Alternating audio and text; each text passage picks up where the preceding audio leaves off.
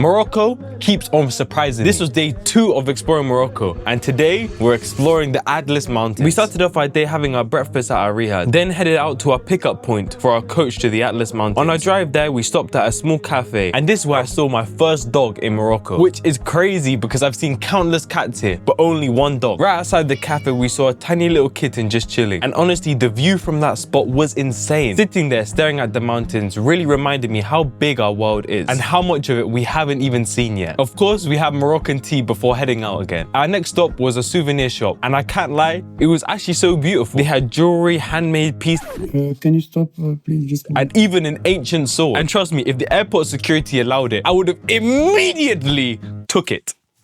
I don't know why I went out my... Because I was filming with my camera, the shopkeeper kept on trying to sell me stuff. Then I told him my budget, but the things he was offering to sell me were just not worth the money, and honestly, not even things I would buy. And as we were leaving, he asked me to delete the footage. And I've noticed this is a reoccurring thing with Morocco. People are fine with recording until money gets involved. And if you do not pay for the interaction, they will demand you to delete the footage. After that, we stopped at another viewpoint where the mountains look even crazier. Our tour guide even took a video for us. Shout out to her for that. Then we started walking towards a traditional Moroccan house, and on the way I somehow ended up in a heated debate with some local kids over Messi and Ronaldo. Messi, no, Ronaldo. No, Messi, bro.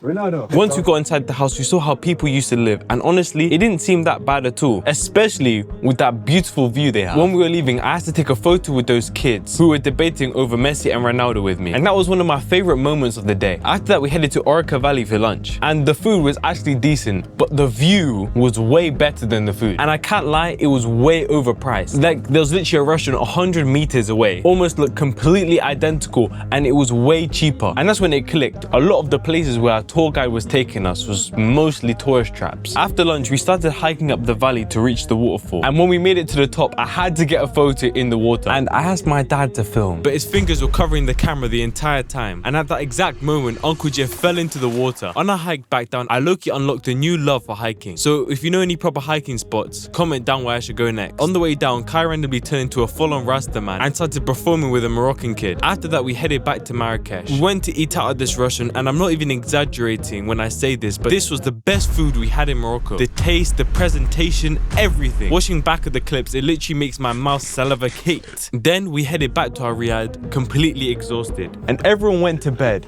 until Kai started attacking me for absolutely no reason.